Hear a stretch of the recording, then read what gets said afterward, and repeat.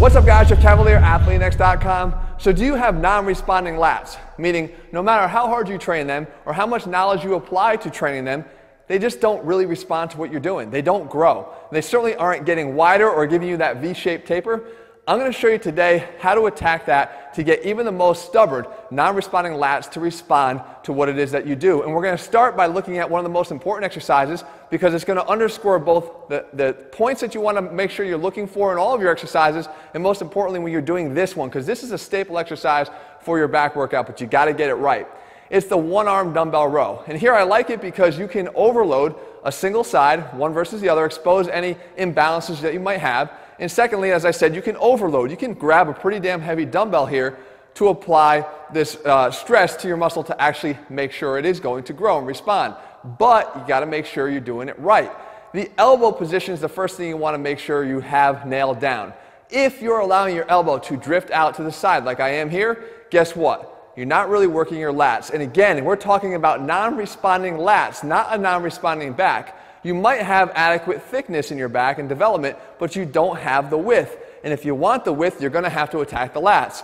So you can't allow your arm to drift out, which is going to attack more of the posterior delt, the rhomboids, the traps. Instead, you want it to be pinned into your side as I'm showing you here. That is going to help you to start targeting the lats much more because you have the adduction right here at your upper arm into your side. That's key. Now, there's a second part of this problem though, because I actually perform mine the way you're seeing here, and that gives me an adequate balance between lat development and lat and mid-back thickness. However, look at what's happening when I do this, and a lot of people do this, I see this all the time. They start pulling too much with their bicep because they're either trying to handle a weight that they can't handle, in which case they're looking for additional help from the bicep, or they're just doing it wrong in the first place. You want to minimize the bicep contribution if, again, you're trying to get that non-responding lat to finally respond. So you don't want to pull up here. As a matter of fact, you want to do what I'm showing you here. And this is specifically for those that really have a hard time getting those lats to grow. You want to veer away from the standard way that you do this exercise as I showed you before and start doing this. Here you're trying to get more of a pendulum arcing motion going with the row, and more importantly, look at the contribution of the bicep. It's literally almost nothing because I'm not really bending at the elbow. Instead, what I'm trying to mimic, as this should look very familiar to a lot of you, especially those that know how much I like the next exercise, it should mimic a straight arm pushdown. The straight arm pushdown has the ability to get into extension behind the body and also has that adduction, that elbow pinned into the side. So we can apply the same techniques to a one-arm row where now we're really trying to eliminate bicep contribution, keep the elbow out of it, and drive your arm back behind your body while keeping it nice and tucked into your side. This is going to hit those lats, and this is going to get those lats to finally grow.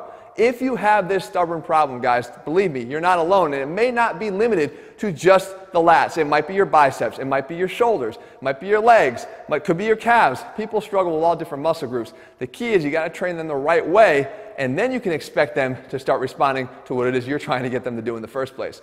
If you found this video helpful, guys, make sure you leave your comments and thumbs up below. Whatever other non-responder muscles you're struggling with, make sure you let me know those too, and I'll try to cover them in a future video. And for those of you that are looking for complete workouts to really target these non-responder areas, we actually have done those. We've created the TNT series. They're over at ATHLEAN-X.com. They actually, the cool part is they integrate directly with the ATHLEAN-X training system. So you follow the program and you plug in the things that actually you struggle the most with to allow you to get more out of your specific needs. Those are all over at ATHLEAN-X.com. In the meantime, I'll see you guys back here in a few days. Let me know again what you want to see, and I'll do my best to do that. All right, guys, I'll see you later.